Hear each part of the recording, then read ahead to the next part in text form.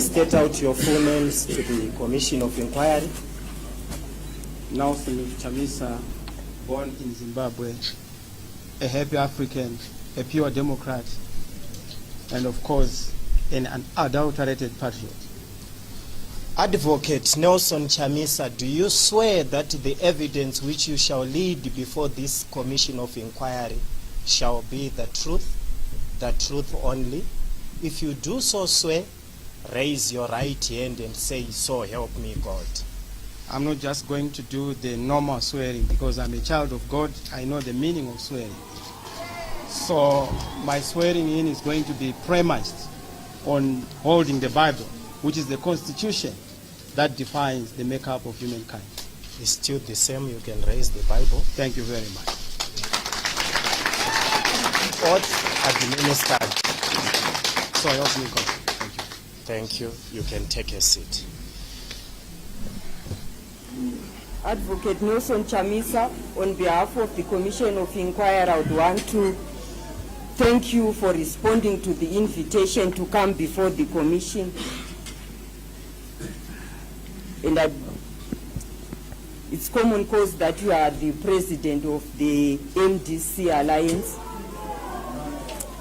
And I believe you saw the letter of invitation from the Commission. Indeed. Thank you. There is evidence that has been laid before this Commission to the effect that But perhaps just a point of order. To the effect that? Yes, just a point of order, if you may allow, before you even go to the detail and substance of what you want to get from me. I have a point to make, Honorable Chair and the distinguished commissioners. I understand that when certain evidence was laid by, in particular, Mr. Matanga, who is the Police Commissioner General, his testimony was covered live on TV. I'm a leader of over 2 million people. What is said by myself is not just a voice from an individual, but a voice from a certain section of the population, the majority, in fact, of the people in Zimbabwe. Sorry, if I may interject, I think there's a technical fault. Maybe if you...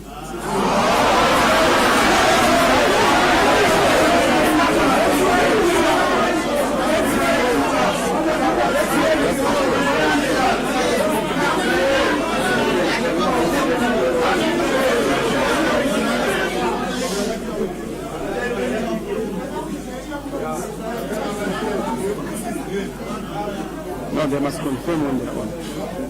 Thank you once again. Maybe if I may also advise that it's now coming, it's now the reporting machine that is.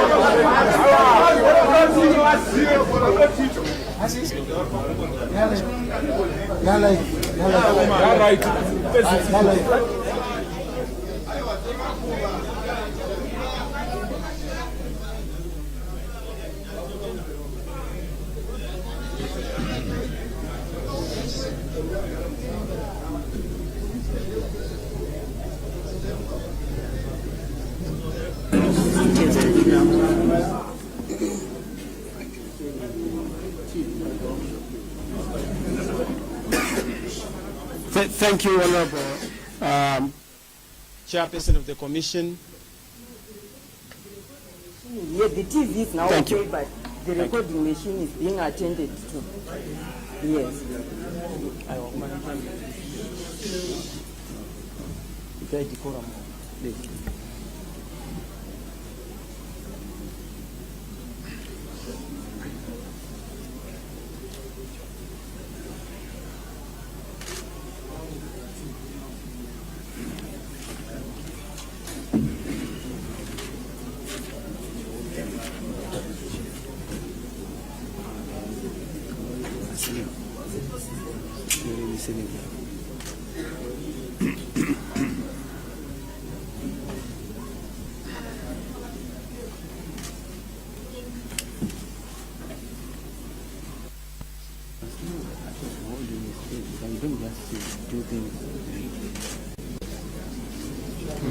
important.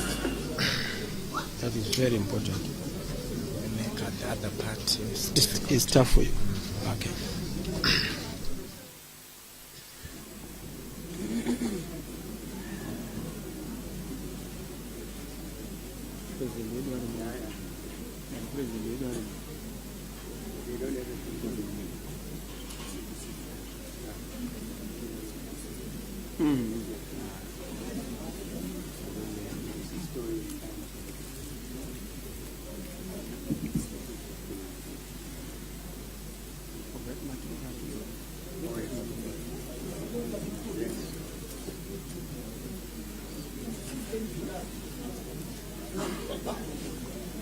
Yeah, I'm advised that the recording machine is now working. We may continue. So I don't know if the point of order is still to be. No, it falls away. Thank you very much. Thank you. Thank you, Comrade Chair. Thank you. So before the disturbance, I was about to say evidence has been laid before this commission to the effect that some of the statements you made during your campaign rallies could have had the effect of inciting the violence of August 1. And it is against this background that the commission has invited you so as to give you a chance to respond to the allegations as they saw it fit that it's proper and just that you be given that chance. But it is not a trial. It is just in the spirit of hearing the other side before they come to their conclusion. So on that basis, do you have anything that you would want the commission to know? If so, you may now proceed to tell them. Thank you very much, Madam, for such a gracious welcome. I also want to thank, in particular, the President, former President of South Africa, President Motlanthe. I'm very glad to see you after a long time, having seen how you have played a pivotal role in the unfolding of historical developments within Zimbabwe. You were seized with matters to do with elections in Zimbabwe as early as 2002. We acknowledge your role, even in the inclusive government. I must say that the role that you played is well articulated and well appreciated. So part of the reason why I'm here in honor of your good works.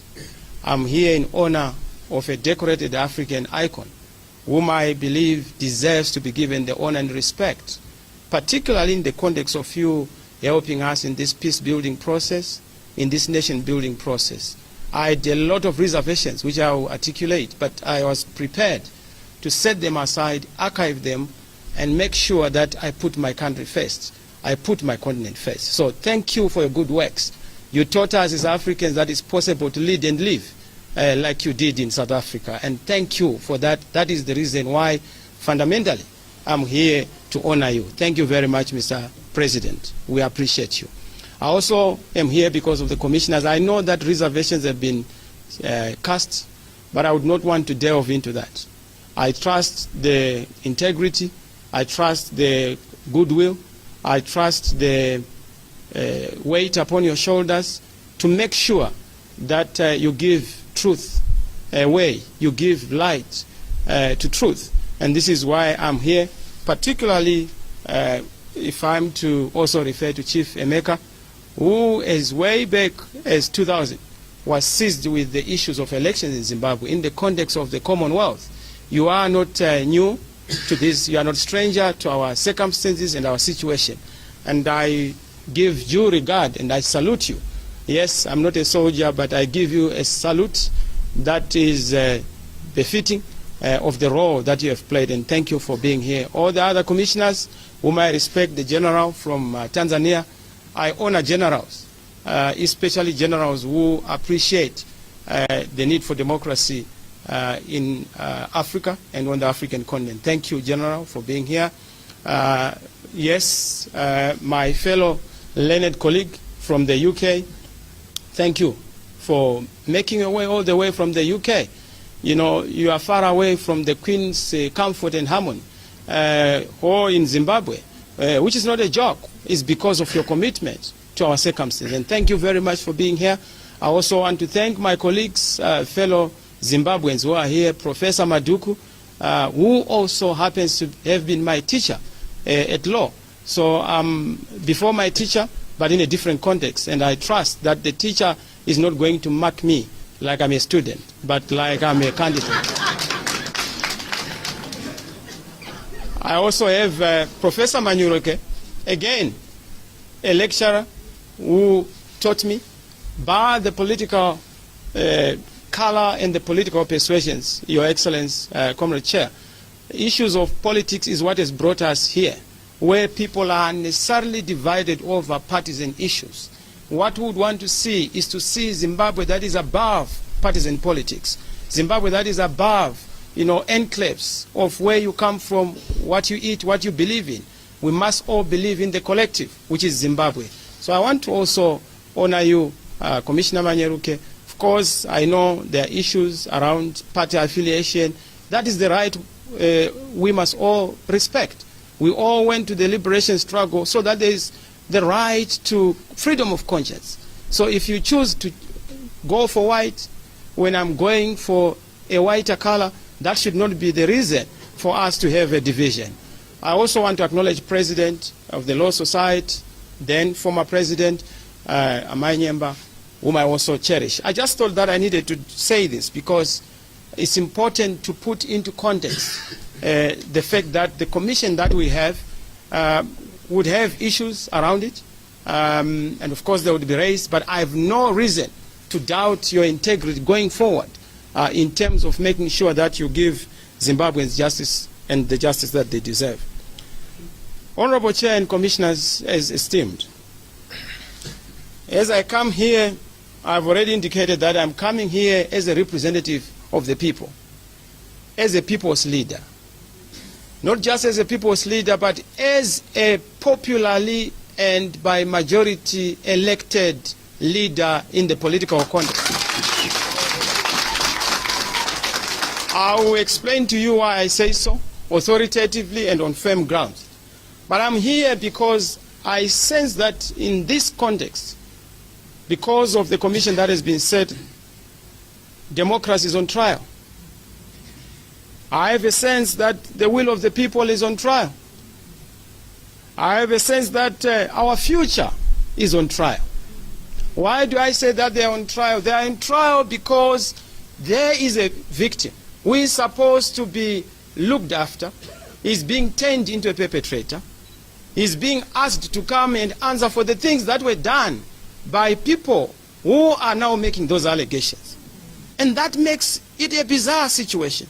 But I come here because of the honor that I've already indicated, Your Excellency. And I also come here in honor of the deceased, the 6 people who perished. I went to visit some of them before they passed on.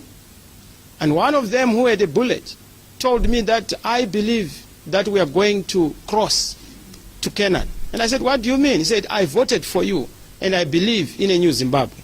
I said, but were you demonstrating? He said, no, I was not demonstrating. I was actually selling my things.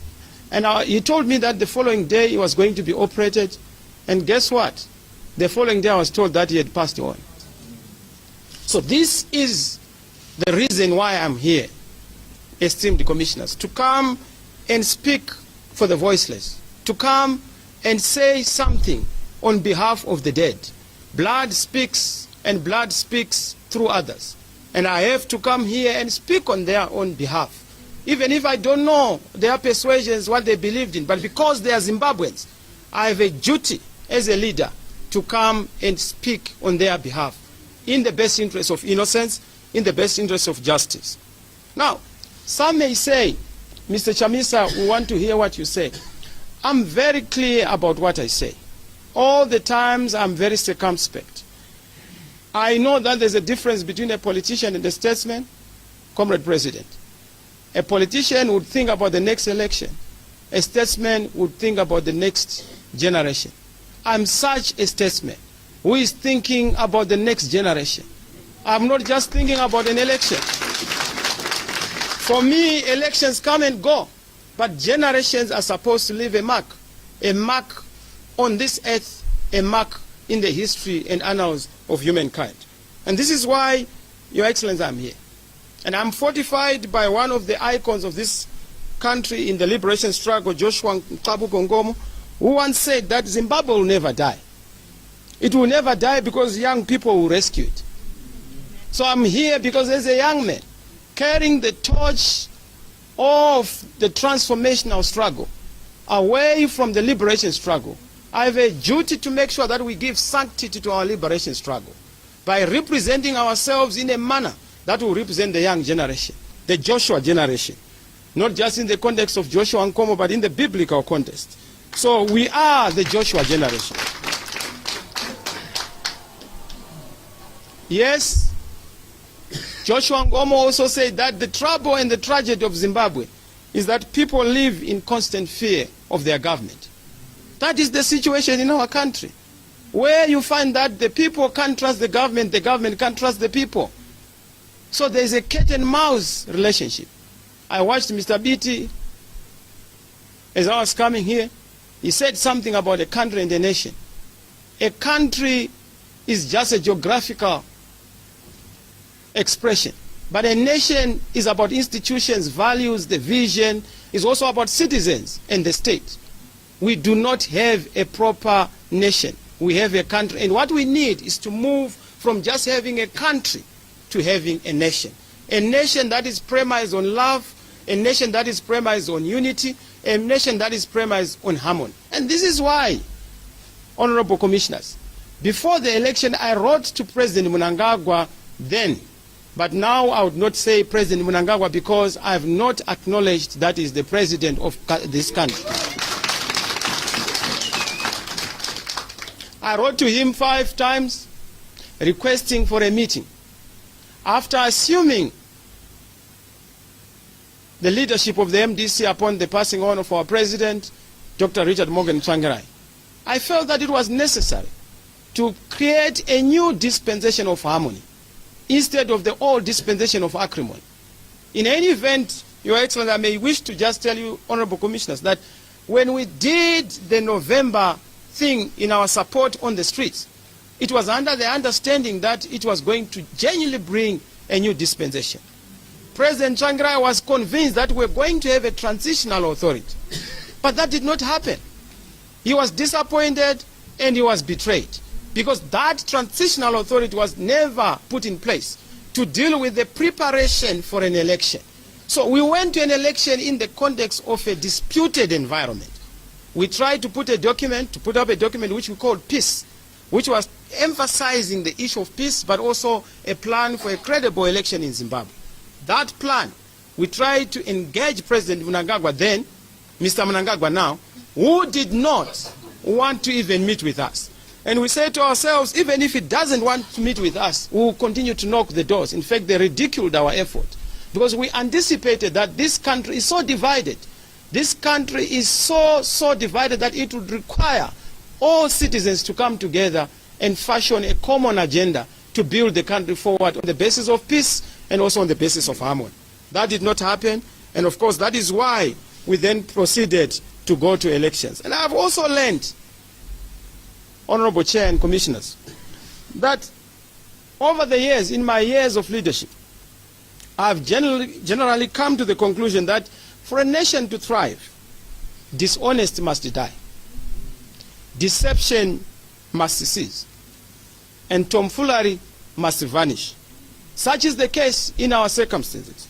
No nation can ever stand or even survive on the sinews or foundation of lies, falsehoods, deceit, and deception. I have had opportunity to take a look at some of the testimonies. Under oath, a person would lie about things that did happen in broad daylight. Things that are common cause. A person would want to convince commissioners that what is white is black and what is black is white. That is a serious indictment on the history and the future of our country. And I must say that in as much as I have already indicated the appreciation that I have of the contribution that has been done by President Motlanthe in the context of the Government of National Unity, allow me also just to indicate to you something that is very important, where Mr. CHAMISA is now being alleged by one witness from what I have checked, and that is the Police Commissioner General. He made some very political statements to say that Mr. CHAMISA would have arrested him long back, but we didn't arrest him because we wanted to have him to accept the position in Parliament. And I've said that position is meant for Mr. Mnangagwa, not for Mr. CHAMISA. If there is to be an opposition, as I also indicate, this is not just a pontificating position, but a position that is informed by facts, and facts which cannot be negated.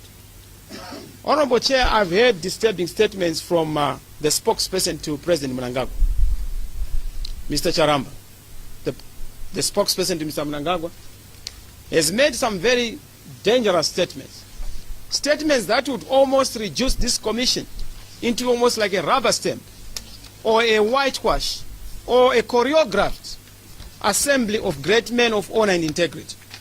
What did he say in the Herald, which was quite a big story? I think it was on the 20th of November.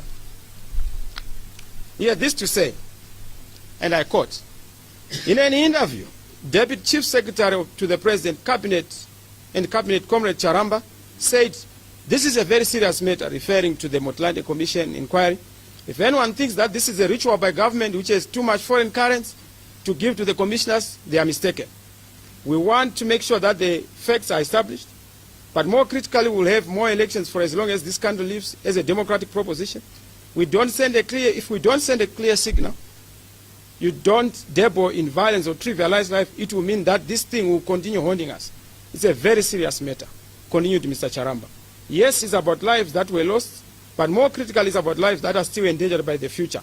The vanguard is mentioned in the commission. There is a counter-narrative to say that they've disbanded it. Meanwhile, CHAMISA is certificating them for their superb violence, which draws fatalities. Already, this is the spokesperson to Mr. Mnangagwa. Who is Mr. Mnangagwa? Is the man who has set this commission. So if you are preempting this commission, if you have an answer already, if you have a conclusion already, why even bother? Because it does put a dent and a blemish on the integrity of the commission.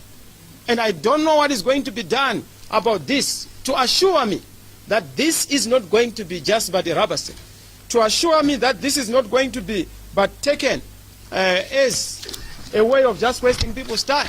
Because we need to be assured that indeed this process is going to establish the truth and nothing but the truth. So I just thought I needed to highlight the issue of Comrade Charamba. But not only that, Honorable Commissioners, I also want to know why and how and when Mr. Mnangagwa is going to be invited to this commission. If it is a question of witnesses having mentioned names, like what happened with my name, that Mr. Matanga just mentioned my name, why is Mr. Mnangagwa, who was mentioned by his own general, not also before this house? Why is he not before this commission? Because he was a candidate then. And what criteria has been used to invite me without inviting my brother ED, as they call him? What is good for the goose is good for the gander. What is good for Nelson must be done to Emerson, so that there is an understanding of fairness in how we do things. Yes, I know that there might be a bit of a problem in terms of him being the president and having appointed a commission, but still there has to be that narrative from him so that it completes the picture in terms of how and where he was mentioned.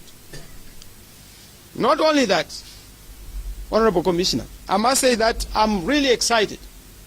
Bad as it might appear that we've had a situation where we lost innocent lives, we must also understand that it has brought to the fore the fundamental issues that this nation is broken, that our politics is rotten, that violence is at the center of our politics, violence which is institutionalized, election in, election out. We cannot transact an election without violence, particularly violence from the state. And that is the issue that we are confronted with. And that is the issue that we would want to deal with. I must say that it is clear from what I've seen that all the years through, and I will not go into what Mr. Beatty has already given and what others, I will waste your time, honorable commissioners. It's very clear. History is replete with examples of how we have been victims of violence. I, for one, I was left for dead at the airport, have been attacked by people who are known at the international airport. Can you imagine, honorable president, having been attacked at Oliver Tambo or Aratambo, and there's not a single person who has been arrested to date? If anything, they're actually trying to cover up that matter. That matter got to the Commonwealth, nothing has been done. I'm just one of the many cases of people who have been arrested, people who have been harassed, and people who have been left for dead. That is the nature of our politics. I was left for dead again on the 11th of March. Mr. Beatty narrated the ordeal. And I must tell you that the person who saved me that day was Professor Maduk. Because when my turn had come to be thrashed and to be thoroughly beaten, Professor Maduk ended. They said, no, let's wait, let's focus on this man whom we must deal with because he has a hot head, referring to Professor Maduk. And the situation was terrible. I sustained serious injuries and I was in hospital for almost like a week. From there, I then had to proceed to Brussels because I was going there for both treatment but also for a parliamentary assignment. And I was attacked at the airport and left for dead. I still have those visible marks which are there. Having been attacked in broad daylight. Nothing was done, guns were used. And this tells you the story of being a Democrat, the story of being a peace-loving patriot, the story of standing for the truth and for the alternative in this country. My story is just one of the many stories, and that's why I'm here, to tell the story of those who cannot tell this story in Mzarabani, those in Cholocho who cannot tell this story. But this is the story of every Zimbabwean. Not a single Zimbabwean has a gun, as far as we know. It is normally the state. It's difficult to hold a gun in this country. Even holding catapult is such a difficult thing. If you have catapult, you will always be tracked and you will be known. And one wonders when they say, MDC, you have guns. We have no gun. The only gun we have had is the Constitution. The Constitution is our gun. That's why we always go to the constitutional platforms to try and articulate and deal with our issues. Honorable Chair, I must say, for the record, my hands are clean.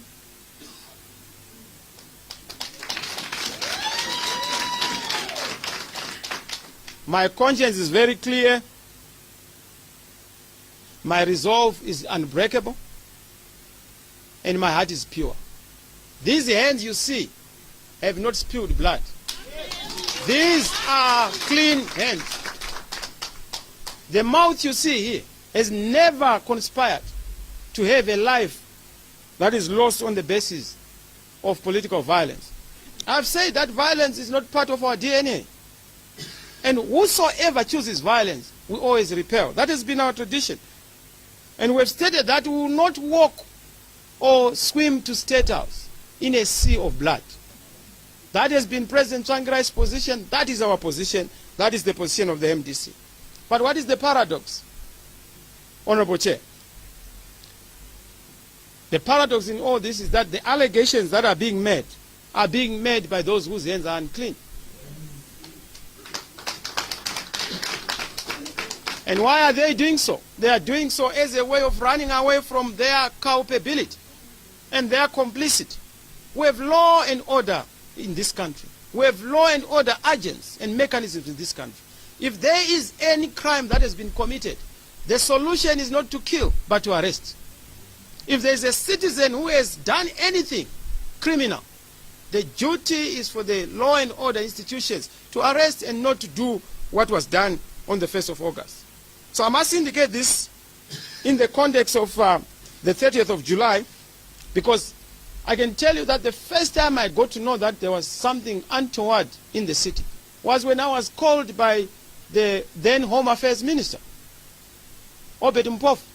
And I was shocked because he has never called me for years after the inclusive government. I only used to meet him in the context of the inclusive government. And I said, Mr. Minister, what can I do for you? Because I'm busy in prayer. He says, no, I've called you because I've seen your people who are destroying property at my party. I said, my people. Do I own people? Who are these people? He says, no, I suspect that they are people because I can see they are putting on red. I said, Mr. Mpo, let me tell you, you are saying they are destroying property. Once a person starts destroying property, is a criminal. You don't need to call me to say that you must restrain your people. Is there something that you are up to? Why would you make such an allegation? What are you trying to do? I had a big scuffle. And he said, look, Mr. Chamisa, we want to talk to you because I've been instructed by my boss. I said, who is your boss? He said, the VP, Chwenga. I said, what has he instructed you? He said, no, we must talk if there's any problem. I said, I don't talk to people who want violence. I talk to peace-loving people. That's what I was actually joking. You know, he says, no, he's actually here, or because I could hear the voice. I said, no, I don't have anything to do with you. Then I switched the phone off. I was worried at that point that what could be happening. I then tried to check with my youth chairman. I said, what is the problem? Is there a problem in town? He says, there's no problem. And if he can go to the 1st of August and he check on my calls, there was that call from Mpofu.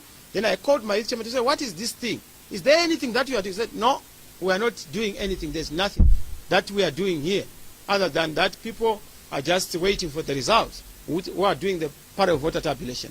I said, fine, that's okay, because somebody called me that there's a problem. Is there a problem in town? He says, not that I'm aware of. I then, at that point in time, checked with a number of people who told me that there were some problems in town, but it was not yet quite serious because the guns, I think, had not been fired and the army was not yet there. But it was clear that I think there was some bit of a problem. What shocked and worried me was that Mr. Mpofu would then call me. If these people were doing whatever they were doing, they were supposed to be arrested because the police were there. But the calling was obviously a choreographed way, with hindsight, of trying then to say, you are responsible, you might have sent those people. But why would we do such things? So I will address that in the context of our issues. Let me go to the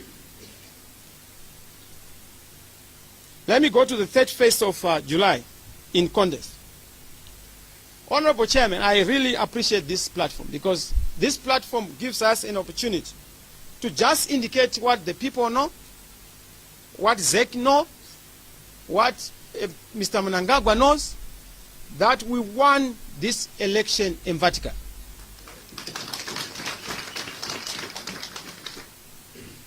Why do I say so? I will tell you the reason why I say we won this election emphatically, because that is what gives me moral comfort. Because further along, we will all know all about it. And further along, we will all know the truth about it. We had the power of voter tabulation. And by midnight, because the presidential election results were counted first before any other result, by midnight the election result was known across the whole country. We also had our own way of ascertaining that result. Mr. Mnangagwa knew the result. And the result was very clear. We're 2.6 million, 2.674 and 32,000 votes. Mr. Mnangagwa at that point at 2,008,639,000 votes. That is the result that we had managed to get on the power of voter tabulation. That is the result that was on the saver of ZEC. My lawyer, who is seated on my right, wrote to ZEC to say we want the results that are on the saver, because we had heard from our own election agent that they were not willing to go to the saver. They had now created an Excel spreadsheet. So they wanted an alternative. This was on a Wednesday, if not Thursday, where they wanted to create a parallel platform where they were now beginning to tabulate the results. But they already had results that had been punched real time. And honorable commissioners, I must say that the strength of our matter when we went to the Constitutional Court, where we wanted to be declared by way of a relief the winners, was because we had a primary evidence on the saver. And this is why we issued a subpoena. And I actually have that subpoena which we did apply for, but the registrar and the Constitutional Court denied the opportunity to us to have the subpoena of this saver. I actually have the subpoena here, and it would be important for the commission to just have regard to it. At that level, that subpoena is the one that I was going to subpoena the saver and indicate the results that were punched in real time. Now, the saver works in this way. If you try to tamper with the saver when you have punched in the results, it will freeze. So what then happened was that they could not announce the result from the server because of those issues. We know this because, I have been a minister of ICT. I know how these gadgets work, and I can tell you that this is authoritative, and this is why this is even before the court. Mr. Mnangagwa, in his affidavit, does not deny the issue of the server. He even said that the server was there, but it was tampered with. This is on the court papers, and this is the story which has not been told. So as far as we are concerned, we got 57.10%. Mr. Mnangagwa got 42.10%. The rest was received by other parties that participated. Why is this important? This is so important in the context of any other subsequent developments. Because then we had won the election. We knew that we had managed to bag victory. And it was in the bag. There was no need for us, under those circumstances, to do anything that would then cause unnecessary challenges in the context of our country. I could have gone into how the figures were inflated and the methods that were used. But I don't think that it would really help you. But for whatever it's worth, it must be brought to your attention that there was 4 million ballot papers that were printed, presidential, after the 30th of July. And that can be validated. It's part of our papers and what we have said. And this information is known by Mr. Mnangagwa. Why were these ballot papers being printed? They were being printed because wrong results were going to be announced. ZEC's figures could not tally. There was no tally between the parliamentary and the presidential vote. There were differences in the V11s which were being altered, by the way, between Tuesday, Wednesday. There was evidence across the whole country of V11 forms that were being altered. There were missing polling stations that were not accounted for, and also there were problems of certain results not being posted outside the polling station as is required by the law. So for us, we're very clear that we had won this election, and whereas Mr. Biti says we believed, because he used very tenderized language, we won the election and we have it on authority that we won the election.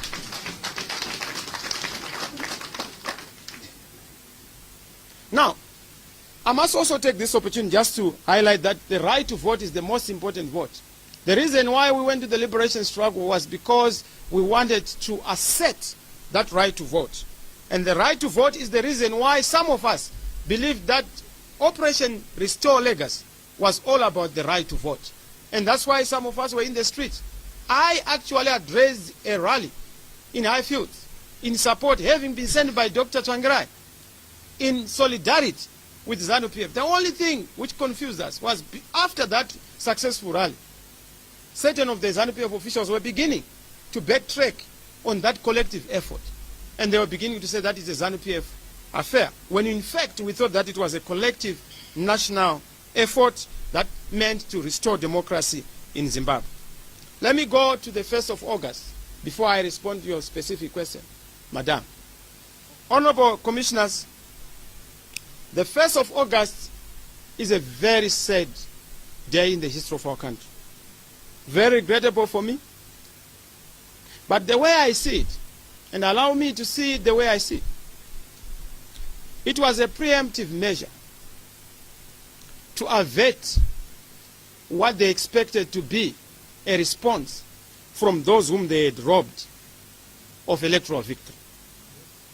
It was so managed, what I would call a managed explosion, as opposed to an unmanaged explosion, calculated to forestall any kind of protest, especially in the context of results that would be doctored or not real.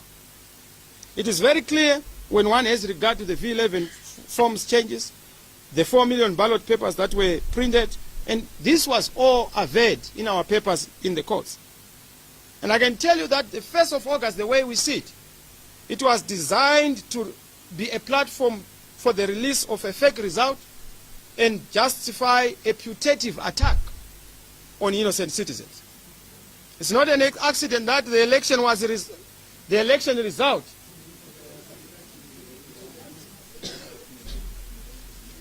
Sorry, Honorable Chair. Thank you very much. I'm just being told that ZBC has again gone on unofficial break. If that may be addressed, Honorable Chair.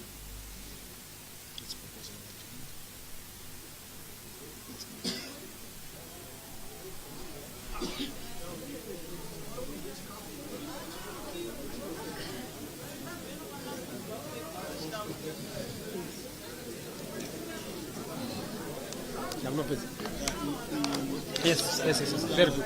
Yeah, not it already. Yeah. Thank you. Ibaba. When we talk about my results. Anilka.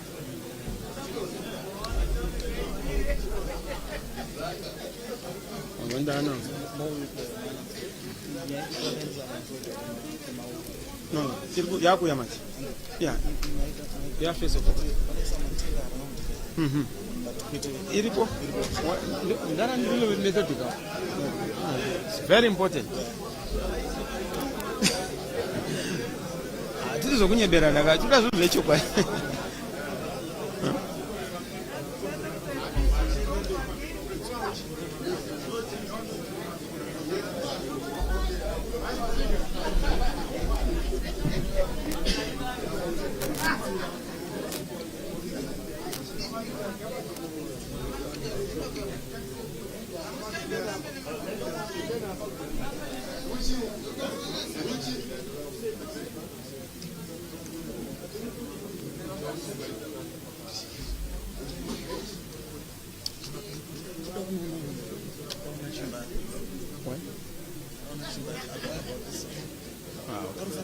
Yeah, you can.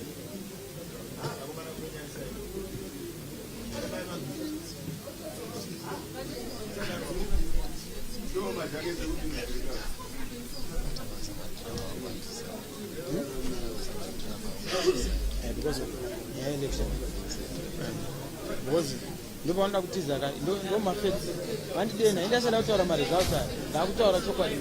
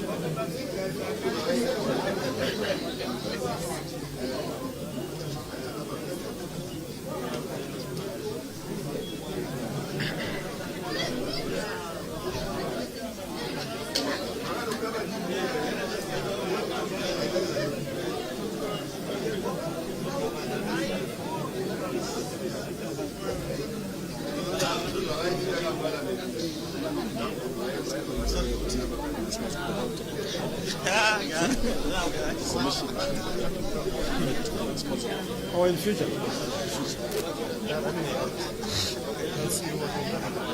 What's that?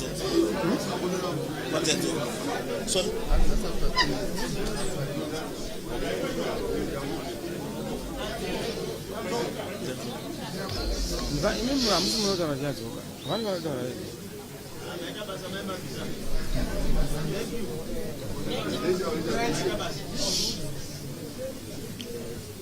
Patangra Pap. Patangra Pap.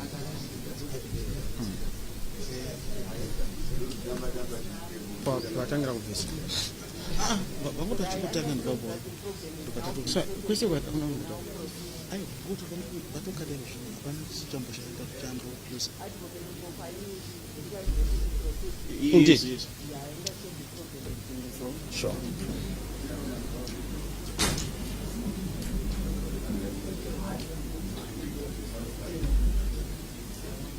Thank you, Honorable Chair. I was just making the point that the fake result that would be released was then designed in the context of a putative attack. Why do I say that? It's not just on account of what we've said. If you look at the EU report, for example, which I have here, in terms of their just executive summary, and I may quote a paragraph. The final results as announced by the Electoral Commission contained numerous errors and lacked adequate traceability, transparency, and verifiability. May I just repeat, Honorable Chair?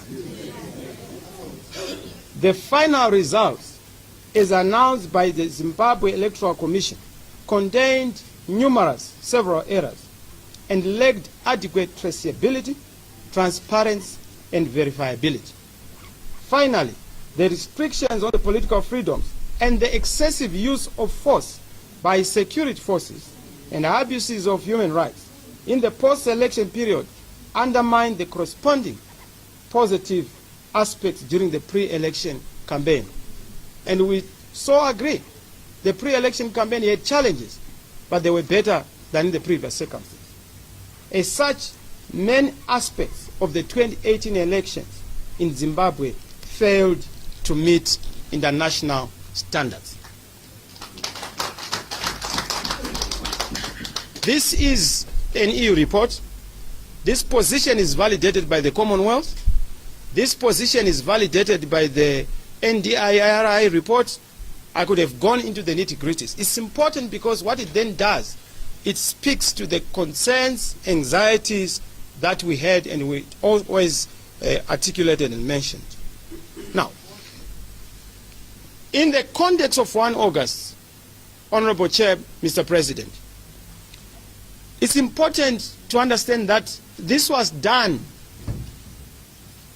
way ahead of the deployment of tanks and water cannons at the MDC headquarters on the 28th of July, on a Saturday.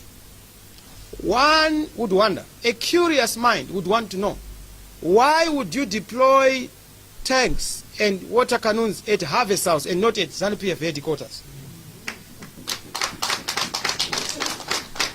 These are both political parties that are in an election, but you have already deployed. So you have already worked on a presumption that there's going to be a demonstration or something that is going to come or emanate from one party and not the other. There is no justification. We tried to inquire through our lawyers why that was done. There was no explanation. One would also want to know why, when there was this violence on the 1st of August, certain people attempted to change the cause of death, especially trying to convince the relatives of the deceased that let the cause of death be stab wounds instead of gunshots. Why would that happen? And why would the VP Chiwenga say in an interview on the 5th of August in the Standard, by denying that people had been killed or shot dead, he insisted on the issue of the wounds out of the stabs by knives?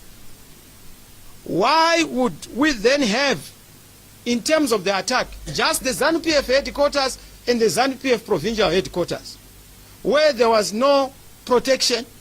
Yes, maybe, but we must understand that why do you then just have that attack on ZANU-PF headquarters and not on any other, including the MDC? It tells you that it's a story that I would say was meant to paint a picture from our perspective.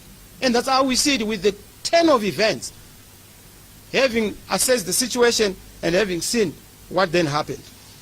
I also want to say that there was the sending of people who claimed to be soldiers into the high-density suburb. I'm also sure if they were soldiers, but they claimed to be soldiers, and there was actually a statement issued by the European Union and other such international organizations to condemn the brutality that was being meted out on individual citizens in the high-density, in Chitungwiza, in Highfields, in all the areas. One would wonder what was the context of all this. And one would wonder why the election was announced, the election result was announced at night.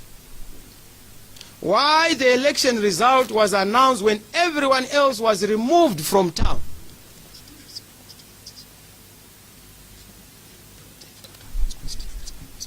And of course, as I'm being advised by my legal practitioner, the election result was not announced as per the law, constituents by constituents. It was just a blanket announcement.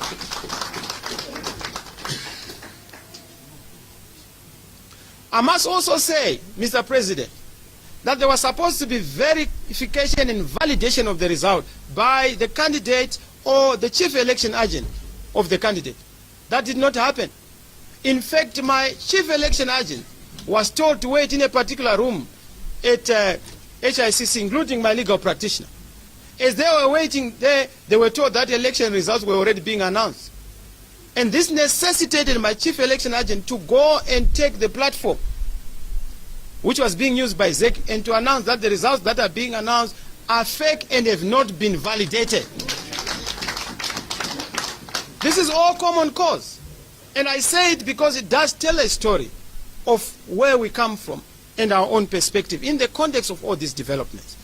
Now, I must also take this opportunity to indicate, Honorable President, distinguished commissioners, that the MDC, as a matter of record, and the MDC I'm stating here is the MDC that is in the country, the legitimate one, and I'm its leader. We did not give any instruction to demonstrate on the 1st of August. I want that to be understood. When we make decisions to demonstrate, we are an organized party with organs and structures. We are structured. We don't just wake up and say, go and demonstrate. There have to be meetings. In our own case, we have a National Standing Committee, which is the top leadership, that has to meet and recommend to the National Executive, which is the second organ, then the National Council. So decisions are not made nicodemously or nocturnously. They are made in broad daylight, and we always inform the police. We have demonstrated before, we are going to demonstrate again, as we are going to demonstrate on the 29th of this month.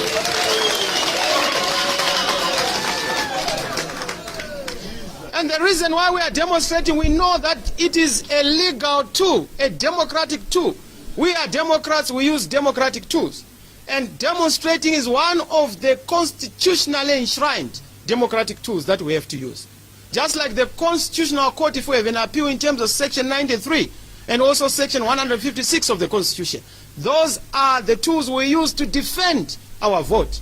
And we said it over and over again, that we will defend our vote. We didn't say you will defend your vote. We said we will defend our vote, meaning to say that we, the leadership, will take a leadership role in defending what we would have voted for through constitutional and legal means. And we have done that, we will do it, and we will continue to do it.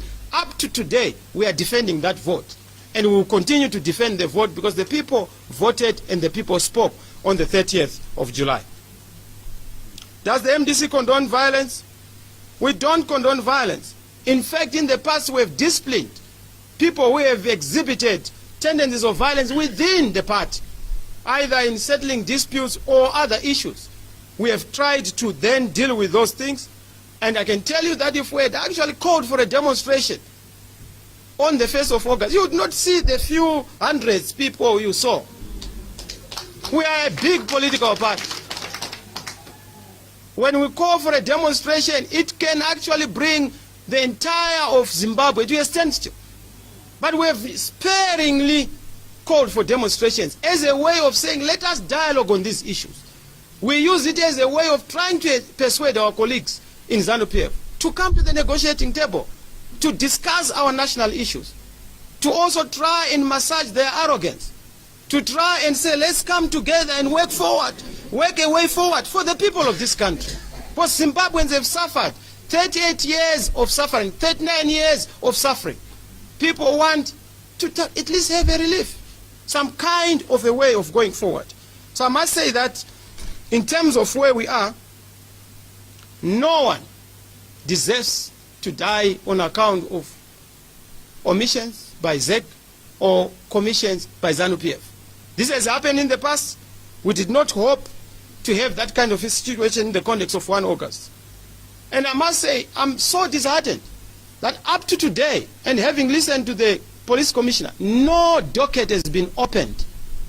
A docket to deal with the problems, especially considering that on the 1st of August, the whole CBD was full of police officers.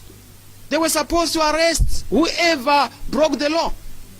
They were also supposed to deal with all the people who were there. And then on that basis, you would be able to know the character identity of individuals. The people who are arrested at Harvest House are actually not demonstrators. These are members of staff who were busy doing para of voter tabulation at Harvest House.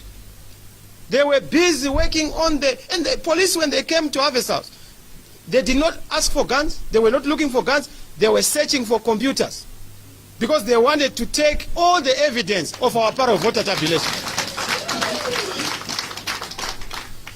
This was on the 2nd of August, I'm sure, if not the end of the 1st of August. So I must say that whereas we had reservations about the process, we were committed to pursuing all the legal means and platforms to make sure that we avoid the situation of having certain forces instrumentalizing protests as a pretext for a clampdown on citizens or on the opposition. Now, I'm not going to go into the history of violence in this country. I think that has been touched upon. Even in my own context, I'm not going to spend a lot of time. I've mentioned the point that it was unstrategic for whoever, as a citizen. Of course, they retain their right to demonstrate, but I genuinely believe that it was unstrategic to demonstrate, especially in the context of our victory, which we're just waiting to be confirmed. Section 66A of the Electoral Act allows a para of voter tabulation to be undertaken. It also allows people to have a collection and a collation of the tallies from the various polling stations, though it does not allow announcing a result. You can have a kind of a relationship with what you are getting from the various polling stations. Mr. Mnangagwa tried to indicate that after he had seen that I had indicated that we are receiving good news from Macron. He tried to copy me. Of course, it's not new. Every time I do something, he copies. And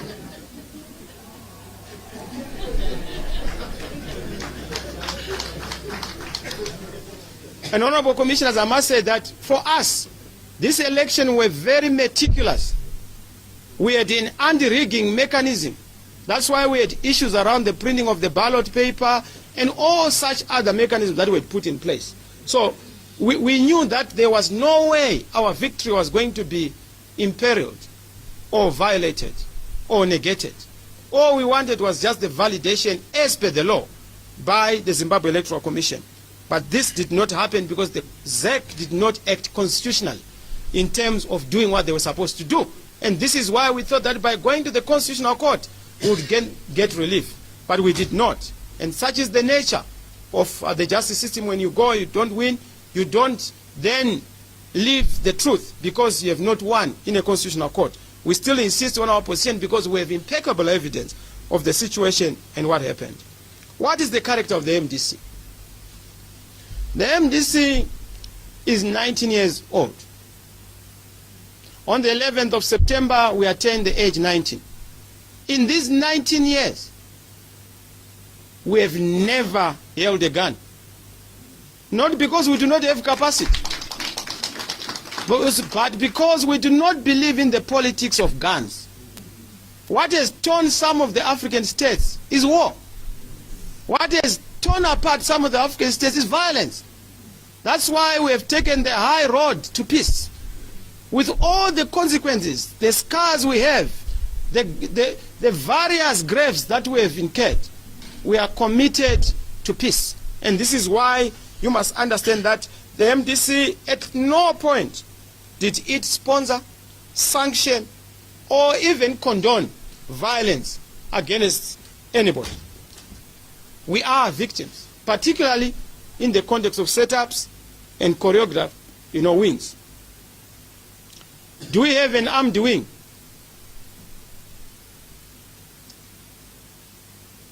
I've met many ridiculous things in my life. But to allege that the MDC is a military wing, and for the Zimbabwe National Army to even suggest that we could have an army beyond the Zimbabwe National Army is bizarre. The only army we cherish in this country is the Zimbabwe National Army, which is the People's Army. As MDC, we do not intend to have sideshows. The reason why I participated in this election is because I thought that there was a vacancy.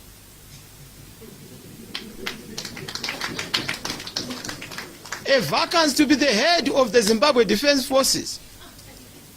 Constitutional. And that's why we participated. We did not participate because we wanted to be the head of Vanguard. Why would we go to an election if we have a Vanguard? Vanguard was just a youth establishment to try and create young people who are disciplined. They are not a military as far as we understand. They were there during the time of President Tsvangirai. When I came in, there was a problem with Kupe and others, internal. And we realized that it was becoming a weakness because people were beginning to blame things on what they call the Vanguard. So we said, we don't want to hear about this anymore. And these are members of the Youth Assembly. Now, Mr. Charamba then makes the point that Mr. Chamisa gave a certificate. Members of the Youth Assembly who were given certificate for being upcoming and young include also some of the members who were in the then Vanguard. It does not mean that we have given Vanguard and it's still an existing structure. It's not. It was just an organized young people who were trying to educate each other on discipline. That's what it is. And you know that if it was something else, the state would have destroyed it.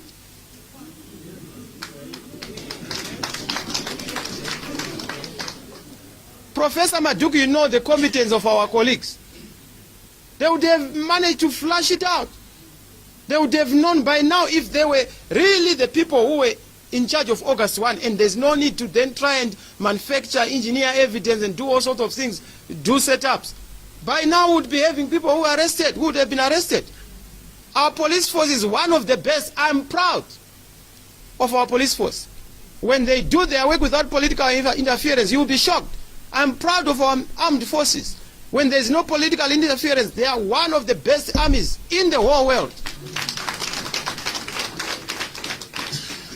And such is the confidence we have in them. So at no point would we cast aspersions on a people's army, because the Zimbabwe National Army is a people's army, our national army, and would want the best from our army because they are there to protect us and to make sure that they are the protectors of the people as we move. Allow me, as I seek to conclude so that I don't waste a lot of your time, perhaps I would give you more time in questions, to say, does the MDC even harbor having a security wing? We do not want it, even forced security. We do not want them. We have said we do not want any kind of a thing that would be misconstrued to be something else. That's why our young people are the ones, as marshals, who always provide our security, even at demonstrations, at public meetings, in the interest of peace. We believe in democracy, not thugocracy.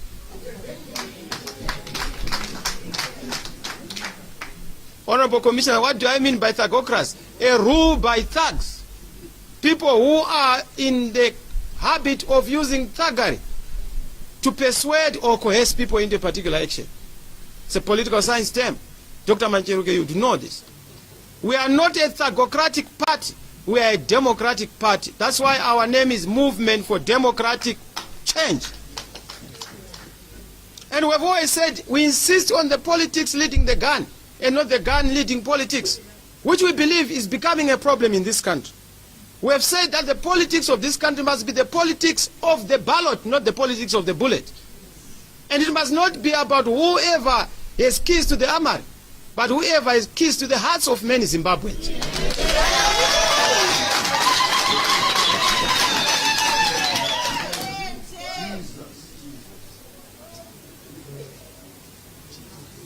So yes, I went to this election to be given a constitutional mandate. There has been a dispute on this election. We verily know that the power of a nation and a state comes from the people. Legislative authority comes from the people. Judicial authority comes from the people. Executive authority comes from the people. That's why we went to the people. We ran the risk, Honorable Commissioner, of elections being emptied of their meaning in this country, where people participate in elections but they know that there's going to be a predetermined outcome. That kills democracy. That is a threat to democracy. So we hope that this commission will restore the integrity of electoral processes. Over and above the issue of making sure that violence will not rear its ugly head ever again, particularly state-sponsored violence. And also ZEC would make sure that they respect the Constitution, because they did not respect the Constitution. And our biggest problem in this country are state institutions which are not respecting the Constitution. So we have constitutions without constitutionalism. And that is where we must be going.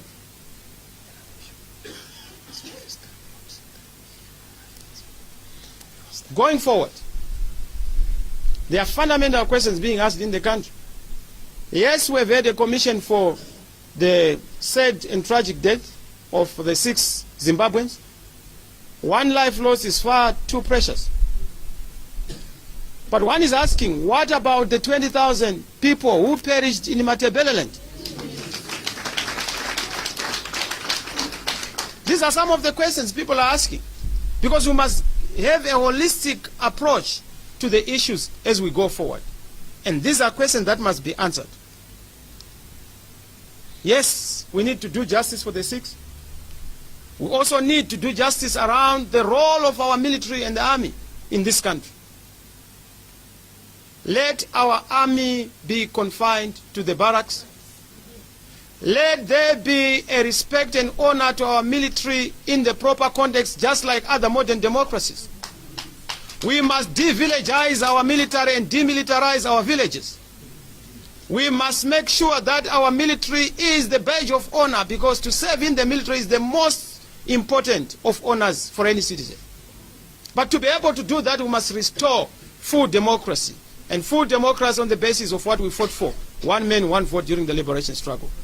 I so rest my case, honorable commissioners. If there are any questions, I'm ready to answer any questions. I've had to truncate my submission because I realize that time is of essence, and I need to make sure I also do justice to you. I know you've been working the whole day. Mr. Beatty was long.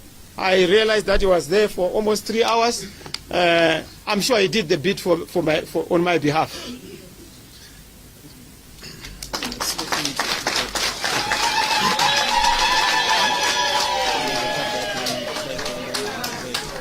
I've already made that in the context of CHAMISA. Yeah. Thank you very much for the detailed narration. Maybe before handing you over to the commissioners, if I may also inform you that certain videos of campaign rallies were watched by the commission. Sure. Where the statement, the CHAMISA statement, would you want to comment on that? The Kudira CHAMISA. Kudira CHAMISA? Yes. Certain, okay. Yes, if you would comment on that.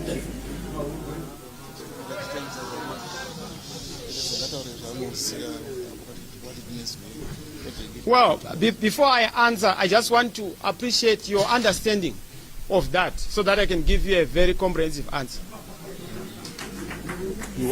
Yeah, we have been made to understand that it's like spoiling the party. That's the loose translation that. Sorry. Thank you. I'm just saying this because we want to contextualize things. And I don't want to be given vague and embarrassing questions. I want questions that are valid, and so that I give you valid answers.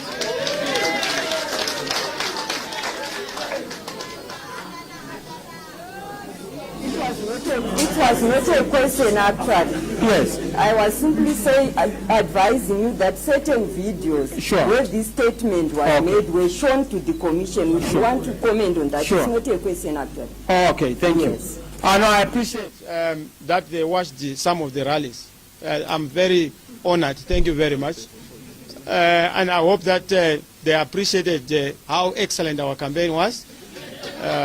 Thank you very much, honorable commissioners. But I hope it will come as a question, so that I'm able to answer it. I will now hand you over to the commission.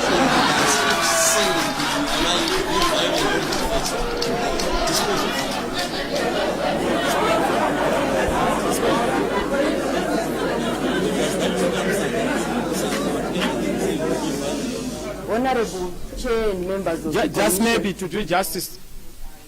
No questions here. Sorry, just to do justice to you, because you said it's not a question, but I think it's fair for me to contextualize that perhaps your understanding was not properly located in what I had said. If you look at the CHAMISA context, it was in the context of making sure that sorry, oh sorry, okay. Send in Sadza. Pourings.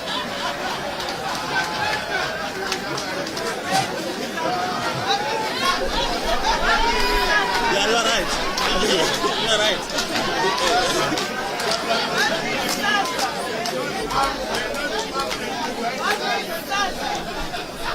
It does not say that right is violent so on, and it does not give people the right to shoot people in the face. No, of course, yes. Of course. Well, this statement is very clear. This statement does not say to people, be violent on a particular day, in particular on the 1st of August.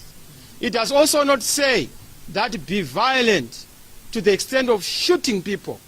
I don't take this to say I'm the one who incited those who used guns to then kill people, because I have no capacity to incite any soldier, especially to be violent or to use violence against any citizen. So whatever statement I made is almost like the Bora Msango statement. Now what do you say? Bora Msango statement, meaning you can vote for another candidate, not the candidate for that party. Okay. Well, if I may also...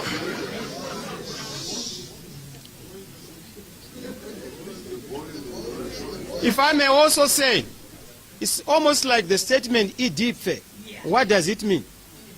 EDP, meaning ED will get in power.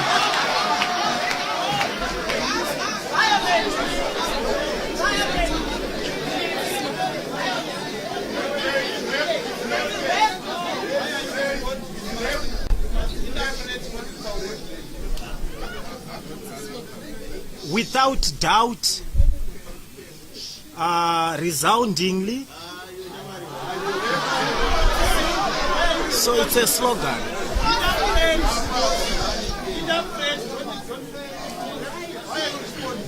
So, I want to just say that the CHAMISA, Sadza is supposed to be a finished product. Now, you can't say that we will put sand in the Sadza, to use your language, when the Sadza has not been prepared. You only are able to then put the sand in the Sadza post a declaration of a false result. That is the context. So we could not have done anything before the announcement of the result. We could only do something after the announcement of the result. And what we did is constitutional. We have continued to do that. That's why we went to the Constitutional Court. What did we do to put sand in the Sadza? We delayed the inauguration of Mr. Mnangagwa. That is putting sand in the Sadza. What is putting sand in the Sadza? We have confused Mr. Mnangagwa's plan to have an elaborate scheme of rigging the election, to the extent that up to today, if you were to whisper to him, well, how many votes did you get? He will say, I was declared by the Constitutional Court. He did not win the election. That is the sand in the Sadza. And we are very clear about that. Sand in the Sadza is to make sure that you will not have it your way if you rig an election. It was conditional upon declaring a false result. And what we did after the declaration of a false result is there for all to see. We went to the Constitutional Court. We are in the African Court even now. We are even continuing to talk about political dialogue. We are engaging the international community to say the election in Zimbabwe is disputed. Something is rotten in Denmark. In this case, something is rotten in Harare in Zimbabwe. That is our position.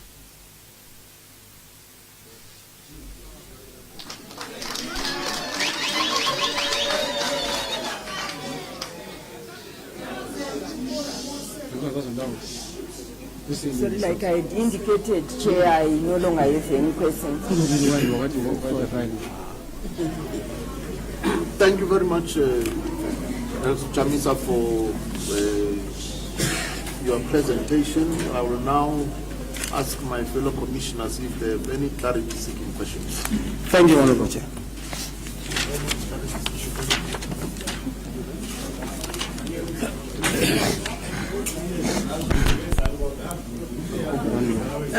Thank you very much. Thank you very much, Nelson CHAMISA, for your.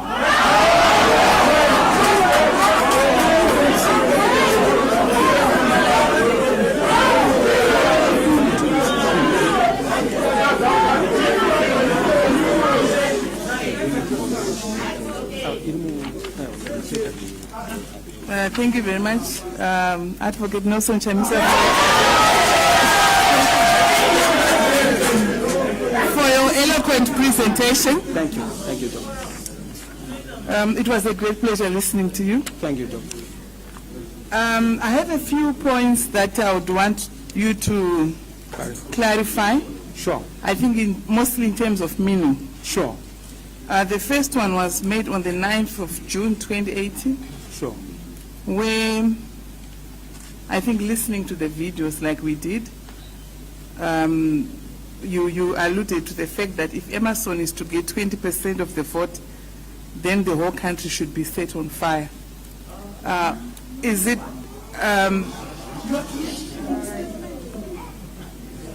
what could be your translation? Well, I'm not so sure that. No, it's a false premise, and it's a false question, because I'm not so sure where you got it. I would never say such a thing. To talk about setting the whole country on fire.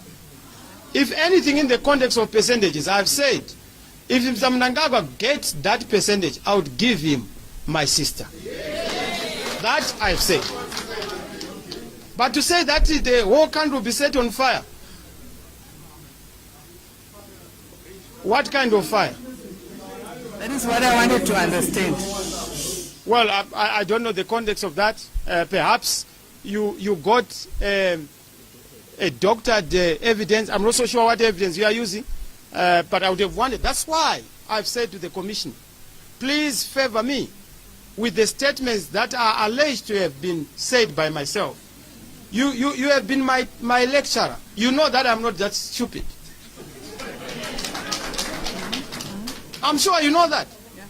I would not say such stupid statement. And they would have arrested me. They would have arrested me. Or they would have summoned me to just say, Mr. CHAMISA, you have said something. Because they've done it in the past. But that was never said, and that will never be said by myself. Mm-hmm. Okay, thanks for that clarification. The other aspect that requires clarification is that there is another one we watched where... in fact, on that one, Dr. Manyeruki, I just want to say, on the contrary, statements that should have caught your eye and your imagination are statements from Ungwe, the former governor, who said that soldiers will shoot people if ED loses.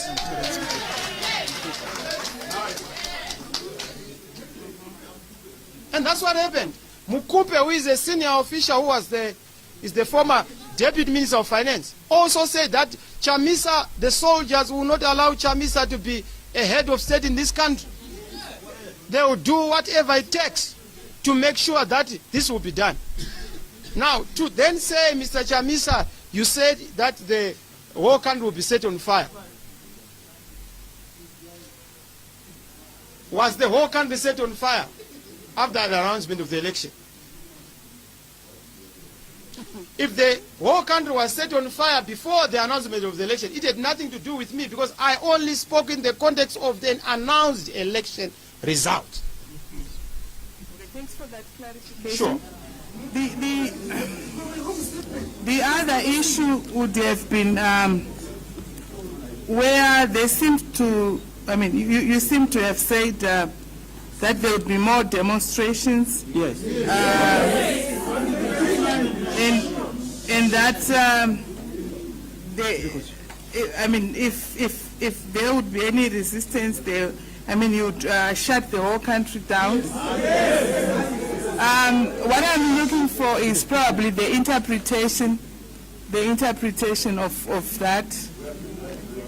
Dr. Manyeruke, you don't even need any interpretation. I'm armed with this constitution, and I must read for the benefit of our great commissioners. Section 59. Every person has the right to demonstrate and present petitions, but these rights have to be exercised peacefully. Every person includes you and me. We can demonstrate, both of us, if we have anything we are not happy about. It's allowed as per the Constitution. So demonstrating is not a problem.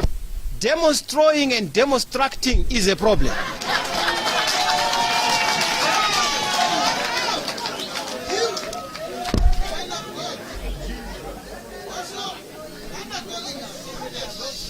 I also want you to go to section 67.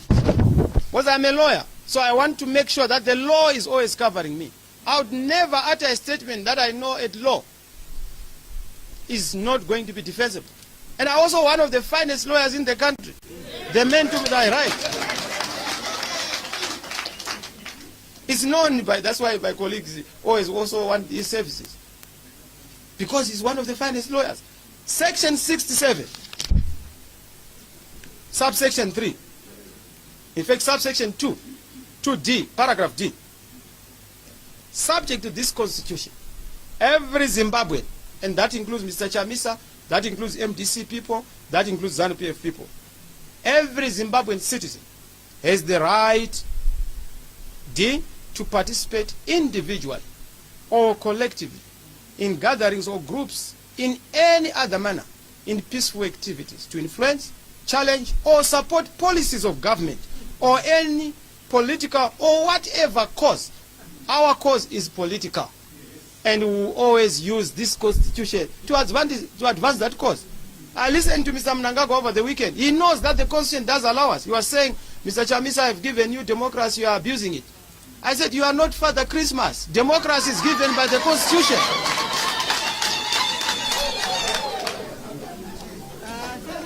Advocates for that clarification. You are special. Maybe I could ask. Advocate CHAMISA, thank you very much for the respect you gave to the Commission. Sure, we are humbled by that. My question is, on the 1st of August, there were demonstrations. Indeed. What would you think was the cause of the demonstrations? Well, it's very difficult for me to speculate, Madam President. It's very difficult. I can't speculate. If it was ours, I would have told you that the reason why we demonstrated was because of 1, 2, 3, 4. And I would have told you that you would not even ask. You would have seen a sea of red in the city. You would have seen ourselves as leadership. We don't do things where we are not leading from the front. We do not believe in that kind of leadership. But just to emphasize that, I would know what the cause is. But I've already articulated in my submissions that I would only guess that perhaps it was a well-choreographed thing to try and create a platform for destabilizing the announcement of a result. Because we were winners. Why would we want anything that disturbs the announcement? And frankly speaking, I was actually not in the city center. I was somewhere where I was doing my issues to do with faith. And I have the reasonable confidence that this election, it was just a question of time. We're just waiting for announcements. And at that point, Mr. Mnangagwa was sending emissaries to me to say, let's talk. But I was saying we would only talk after the announcement of the result. I was looking for you, because I was clear that we have won. And he now wants to kiss me because I've managed to win. I said, we wanted a hug and a kiss before. You turned it down. Now let's wait for the result. We will then discuss after the result. And you will see that he actually sent a tweet to that effect that he has been trying to get in touch with me. The demonstrators themselves, according to evidence that is available, we're putting on the MDC regalia, and they had T-shirts printed your name. Sure. And they were chanting slogans, "We want CHAMISA," and they were also saying our vote has been stolen. Would you allude those to have been members of any other political party other than MDC? Well, first thing, leaders don't choose supporters. Supporters choose leaders. So I wouldn't know who support. Mr. Mugabe, for example, shockingly said on television that he was going to vote for me. But I was so shocked because I didn't expect to have that kind of a vote. But I could not run away from the vote because you don't choose voters. Voters choose you as a leader. So for me to know who was in town, who was demonstrating, and they were saying, "We believe in CHAMISA," it might have been even people who were genuinely believing that because there were two major candidates, Mr. Mnangagwa and Mr. CHAMISA. And in Harare, if you drop a stone, 98% you hit an MDC supporter. It's a fact, it's known. So I wouldn't know, somebody who sympathizes with the MDC. But I wouldn't know who was there, who was protesting or who was demonstrating.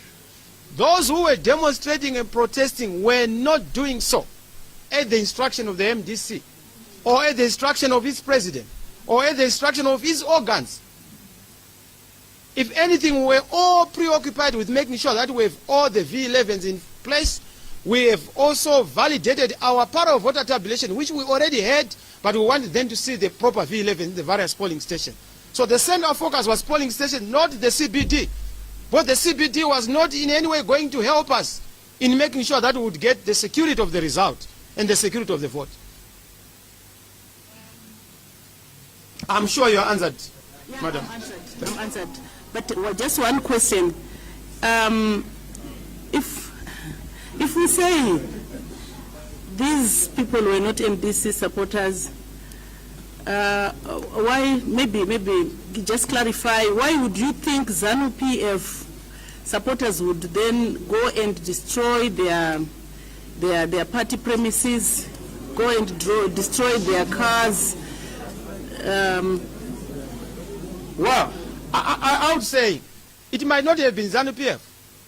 It might have been people sent by other individual forces who wanted to justify instability, to justify the killing of innocent people for a broader strategy, which I don't know what it was. But the bottom line is that I would not authoritatively say that these were MDC supporters.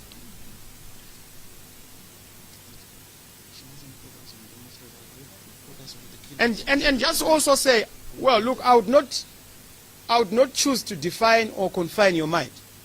But I think in asking the question about demonstrators, you must also ask about the killers. To say, in as much as we're demonstrators, demonstrators are supposed to be dealt with in terms of the law. If they broke the law, they must be arrested. But you must also, they must not be killed. Life is so sacrosanct, it's precious. And I think the center of focus, if we are to honor those who died, is to say who killed those who died. Including women who were shot in the back. It was not even a frontal attack. It was in the back to show that they were actually running away. And just as a matter of fact, Madam President of the Law Society then, I can tell you this. Not a single MDC supporter, as we know in the structure, was part of the victims. These were innocent people who were just in the city center, who were indiscriminately shot at. Assuming that it was MDC, as I have heard from certain people who want to advance theories, why would MDC hire people, bring demonstrators, shoot at them, kill them? To achieve what? Honestly, for what? We have never used the blood as the fuel to drive us. And we will never use blood as a reason to be in power. Never. That will not happen. I can tell you, not just as a politician, but as a man of faith. That's why I use the Bible. Because one other thing you must know is that I am a man of my faith, the Christian faith. And I'm not ashamed of it. When I say I believe in this word, I believe in the word. I don't believe in spilling blood. I don't believe in killing. I don't believe in violence. It is against my faith as it is against my creed, as it is against my beliefs. I don't believe in this. I have no further questions. I have no further questions, Mr. Chairman. Thank you very much. Thank you very much. Yes, let the chief go first. Chief, we'll go to chief. Thank you very much, Mr. CHAMISA. Thank you. Thank you, Secretary. This is my first time of seeing you in person. Oh, thank you. So I'd like to thank you for the eloquence with which you spoke. Thank you.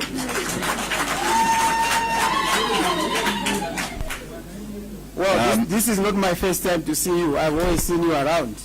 You are a great man of Africa, and thank you for being part of this panel. Thank you very much. One of the most impressive things you said was about MDC being a party that respects the law. Indeed. And always acts in the course of law. Sure. I take it that now that the Constitutional Court has made a pronouncement that in keeping with MDC's loyalty to law, that you will accept the pronouncement of the constitutional law.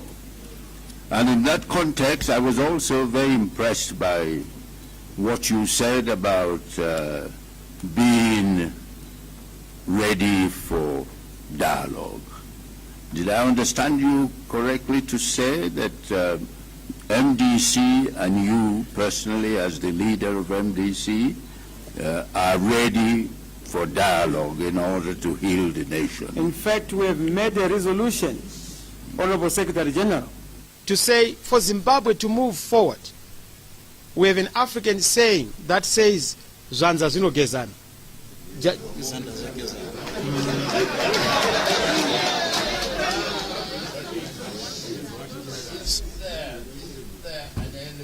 Contradiction in saying that you are an extremely law-abiding party, but at the same time does not respect the pronouncement of the Constitutional Court. We respect the pronouncement of the Constitutional Court. In fact, as an advocate, I'm an officer of the court. But the Constitutional Court is a court of law and a court of justice. It is not a court of politics. Politics is about legitimacy. And our contention is based on legitimacy. We have the right to say that, Mr. Mnangagwa, you are not legitimate because of the result we have. Yes, we acknowledge the Constitutional Court. Yes, we have taken note of the verdict. But we also have the right to disagree with the court because it's allowed, it's permissible. It does not subtract from our rule of law instincts and our rule of law character. We continue to be so. But we have a legitimate issue arising out of an election result, which we know by fact and by truth that it did not give Mr. Mnangagwa victory. And I've heard this thing to say, but how did Mr. Mnangagwa's party get 2/3 and your party did not get 2/3? Even if you look at the vote, a lot of the people who voted for me were voting for ZANU-PF at parliamentary level in some cases, but they would vote for me in the presidential. So the tally of the presidential, we had more votes than Mr. Mnangagwa, who had half the votes to the vote of his parliamentarians, even by the results that are there. Wouldn't you agree that internationally that the pronouncement of the highest court in any land is to be respected and accepted by everyone who is law-abiding? Well, it has to be honored, it has to be respected. That's why we have said the Constitutional Court has ruled. We acknowledge their decision, but we still have political legitimate issues that have to be resolved. And they can only be resolved through what you have already alluded to, the issue of political dialogue. And that's why we have insisted that political dialogue is the way forward. And we have put on the table a 5-point plan This is not the first time that there's been political dialogue in this country, especially where there's a disjuncture between the path of law and the path of the reality and the facts on the ground. We need to bring the two together. Honorable President Motlane, you know how you helped us in Pretoria to try and broker an understanding of how to get out of such a political imbroglio or political situation. That is what we are saying. Going forward, we must be able to resolve the legitimate issues away from the courts. We must be able to resolve issues of reforms that are comprehensive so that we don't have a repeat and a recurrence of disputes of elections year in, year out. Every election cycle, we are reproducing a vicious cycle of negative politics. We want to deal with that. Let us have a path to nation building, a path to peace building. That is what we have put on the table. Mr. Mnangagwa doesn't seem to have appetite for it. And that's why we are saying we will then use democratic tools to make sure that we bring him to the negotiating table to resolve the political legitimacy issue. Such is our trajectory. Well, my last comment and question is, being a very distinguished lawyer as you are, and as I have read all about you, thank you. You will agree that the harmony in any country depends on acceptance and respect for the separation of powers between the legislature, the executive, and the judiciary. Indeed. And countries work best when this separation of powers is accepted and respected. And so in that context, given that the highest court of the land has made a pronouncement, I would have thought that you will agree that for harmony in the country, that the pronouncement of the highest court should be accepted and respected by everyone. And of course, the point you make about dialogue can take place and should take place probably, but all within the context of acceptance and respect for the pronouncement of the highest court. Harmony starts with the truth. Harmony starts with the reality. Harmony starts with the state, honoring and respecting that there should be no state-party conflation, the conflation of the party and the state, and the attempt to influence the state and its organs. Those are fundamental issues that would then require a political reform agenda and a constitutional reform agenda. And that is what we put on the table. If anything, Mr. Mnangagwa must count himself lucky, Honorable Chair, that he has such a young Zimbabwean who is peace-loving.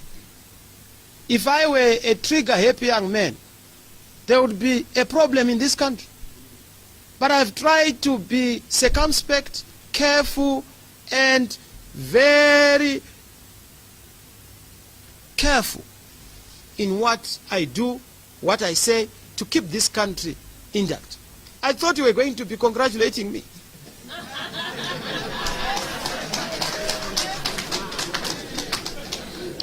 Well, I'm not, I wouldn't be surprised if you are what you say you've just described yourself as, because when I had the pleasure of meeting Morgan Tsvangirai in 1998, I formed a very good impression of him. And if you are determined to work on his footpath, you should be as good and I hope as mature as he was. Thank you very much. Yes. Just to also say that from what you have said, it is important to understand that it's not possible for the one who claims to be the winner to get the losers consent by force.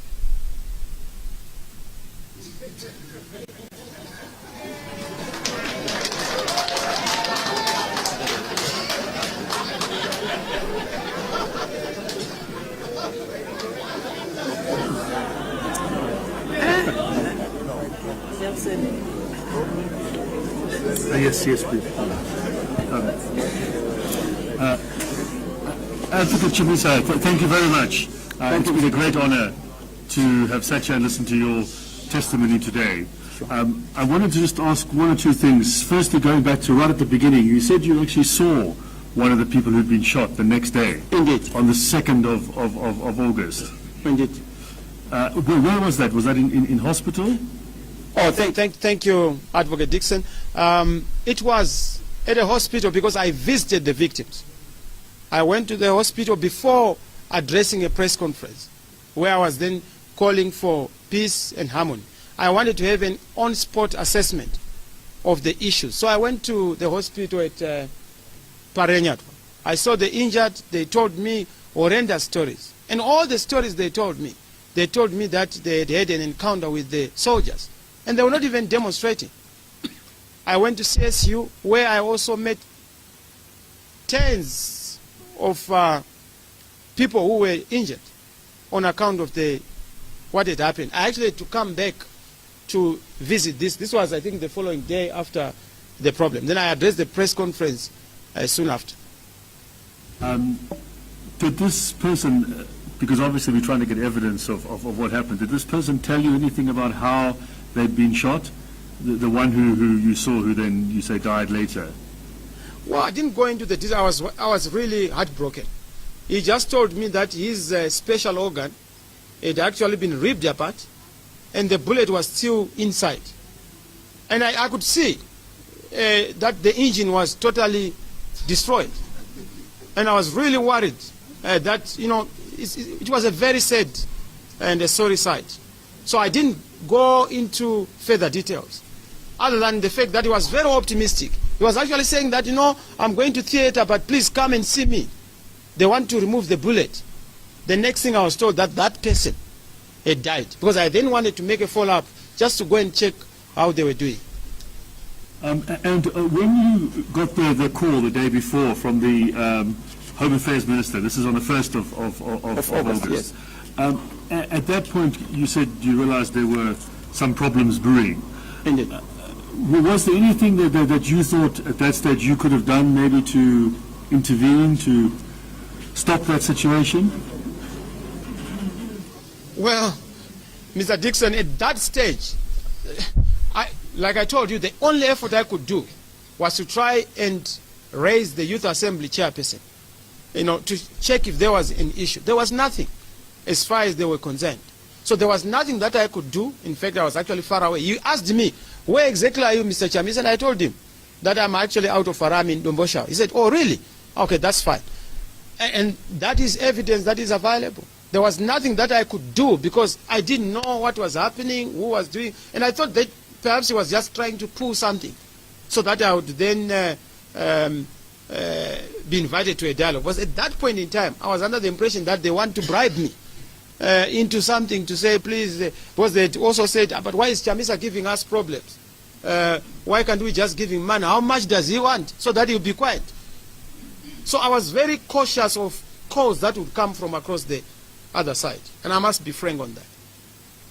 Now, I know you say you weren't in Harare on that day, the 1st of August. But are you able to assist at all? I mean, do you think there were people on that day who thought that the results were being cooked up or that there was going to be a fake result? Well, I'm also sure, but I think the whole nation was anxious. The whole nation was armed with what has happened in the past. I'm sure Professor Maduku would also be equally worried because the issue of elections in 2008, when results were withheld, would bring some kind of nostalgia and deja vu on the people of Zimbabwe. That, look, perhaps this is now a repeat of what we've seen before, where results, people knew, because people voted, and people know that the result at a polling station had been concluded the very same day. But the election was not announced on Tuesday, on Wednesday, on Thursday, on Friday, only to be announced on Friday at night. Now, I know my colleagues in ZANU-PF, if they had won the election, it was going to be announced midnight on Monday, and they were going to be celebrating, but they knew the result. That's why they took so much time to try and think otherwise. I know of a very honorable member who had to sleep with their shoes on because of this result. But I wouldn't want to go there because it's not necessary. No.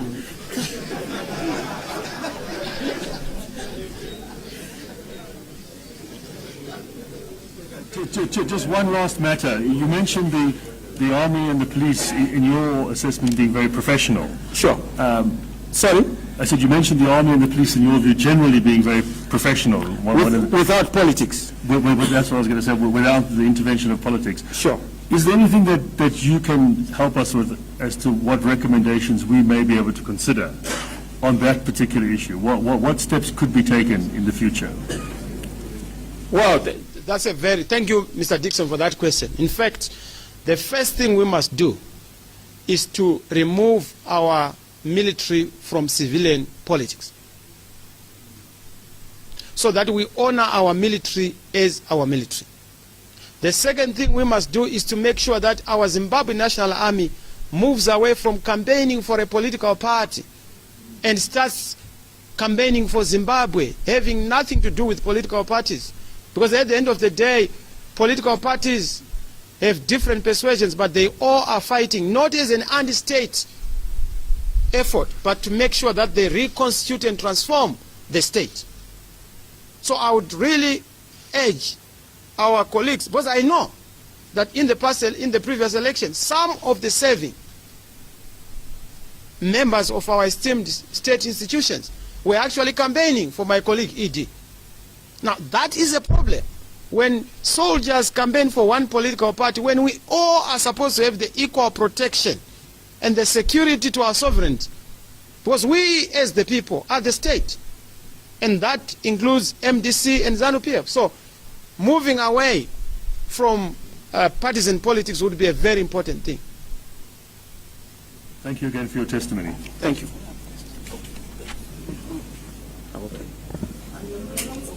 Advocate,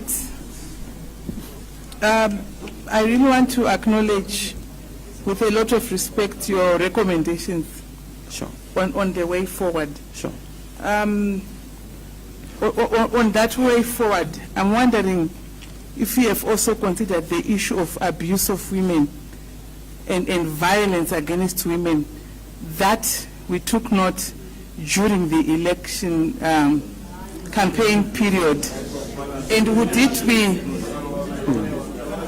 would it be an issue that you would want to speak on with regards the recommendations and going forward as a country? Thank you, Doctor. Women are such an important force, but they are also such an important voice. But in this country, there has been a scant regard of women and their vote. And the greatest form of violence against a woman or women or any citizen is to disregard their vote, as has happened in this case. So in order for us to be able to resolve issues going forward, we need to respect the dignity of the woman by allowing more women to be active in politics away from violence sponsored by either the state or by politicians. And it's very important for a lot of political education to go into our politics. And this is why when I assumed the presidency in my party, I had wanted to meet Mr. Mnangagwa to have ground rules so that we have do's and don'ts. We don't repeat what Mugabe used to do to Mr. Tsvangirai, where he would attack Mr. Tsvangirai, where he would victimize Mr. Tsvangirai. I wanted to agree with Mr. Mnangagwa to say, let's have a political fight, but beyond the fight, let's build our country. Nobody is going to build a country single-handedly. We can build our country together. I'm a young man, but I have a very mature heart. A mature heart to bring this country forward. To bring this country together and move it forward. That is what I've always said. And once we do that, I can tell you that we will have more beautiful flowers blossoming in the garden of our country by way of more women in politics. Thank you very much, Advocate.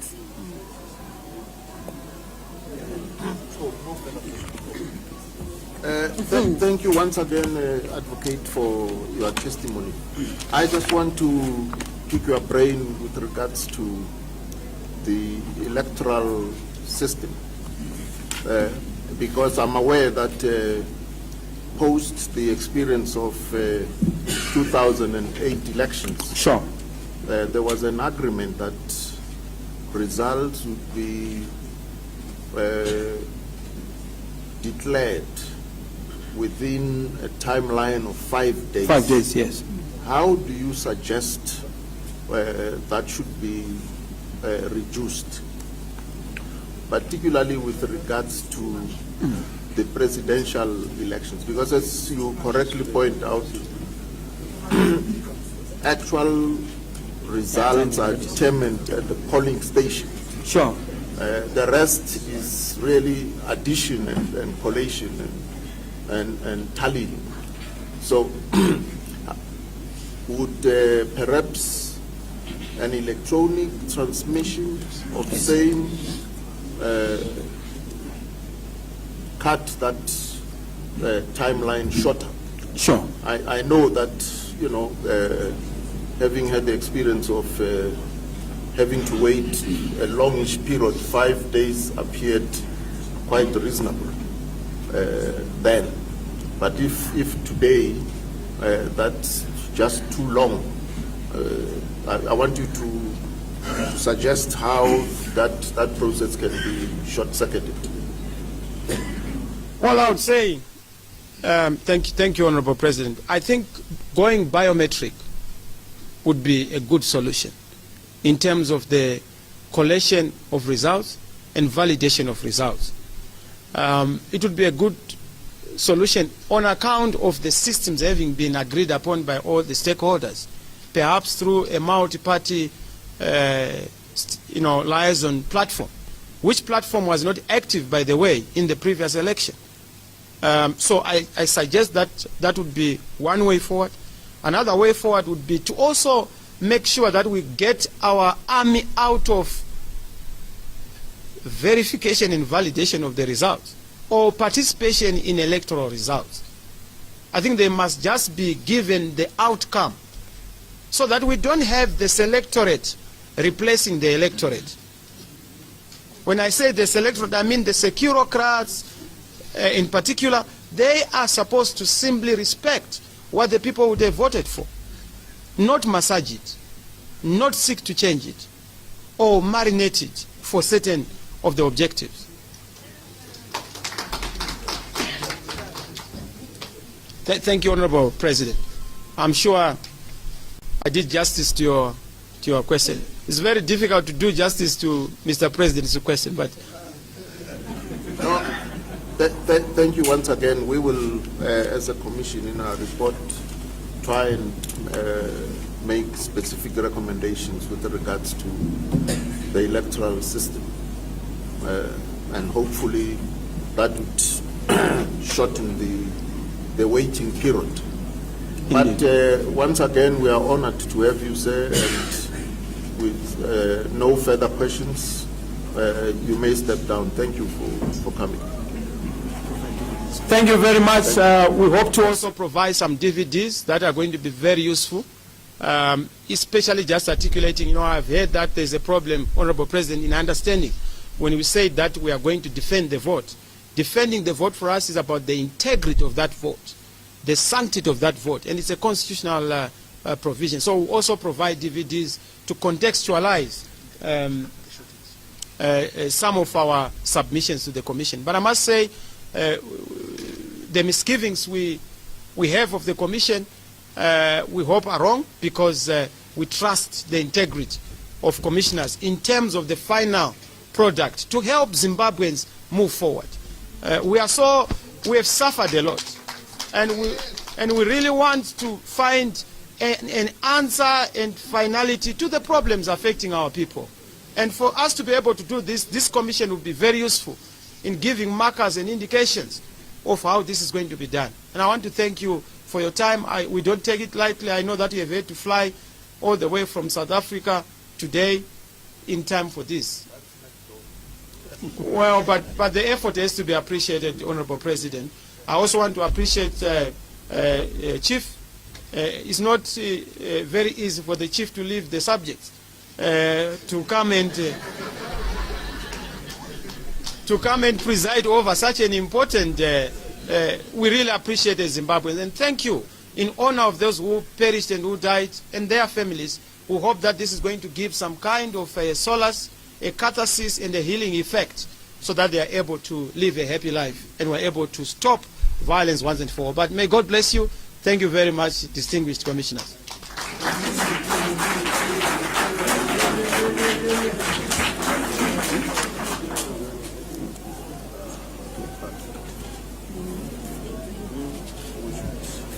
Thank you, Honorable Chair and members of the Commission. That was our last witness on the list for today.